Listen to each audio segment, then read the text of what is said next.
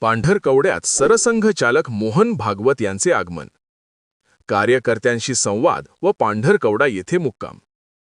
राष्ट्रीय स्वयंसेवक संघाचे सरसंघचालक मोहन भागवत हे तेलंगणातील निजामाबाद जिल्ह्यातील कंदकुर्ती येथे आयोजित लोकार्पण कार्यक्रमासाठी रवाना होत असताना 11 एप्रिल रोजी सकाळी सुमारे 11:15 वाजता पांढरकवडा येथे आगमन झाले. त्यांच्या भेटीच्या पार्श्वभूमीवर शहरात कडेकोट पोलीस बंदोबस्त ठेवण्यात आला असून सर्वत्र सुरक्षा व्यवस्था वाढवण्यात आली आहे.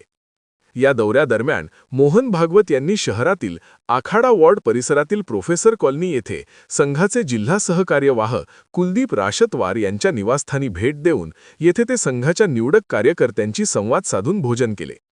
या भेटीत त्यांच्यासोबत संघाचे प्रांत प्रचारक गणेश शेटे हेही उपस्थित असल्याची माहिती मिळाली आहे. प्रारंभीच्या भेटीनंतर मोहन भागवत हे कंदकुर्ती, तेलंगणा येथील कार्यक्रमासाठी ते 1:30 वाजता पुढे रवाना झाले. कार्यक्रम पूर्ण झाल्यानंतर ते पुन्हा पांढरकवडा येथे परत येणार असून शहरातील संघ कार्यालयात त्यांचा मुक्काम राहणार आहे. मुक्कामादरम्यान स्थानिक कार्यकर्त्यांची संवाद व बैठक आयोजित करण्यात येणार आहे.